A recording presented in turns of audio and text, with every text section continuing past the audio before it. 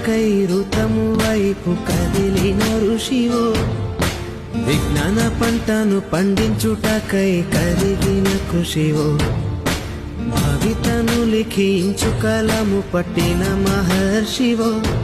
ఆ దేవుని రూపము మార్చుకొని ఇలా పుట్టిన మనిషివో కన్ను తెగు ముడికి రాత రాసినోడు బ్రహ్మైతే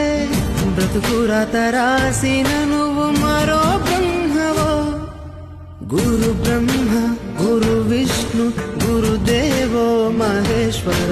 గురు సాక్షాత్ పరబ్రహ్మ తస్మై శ్రీ గురవే నమః.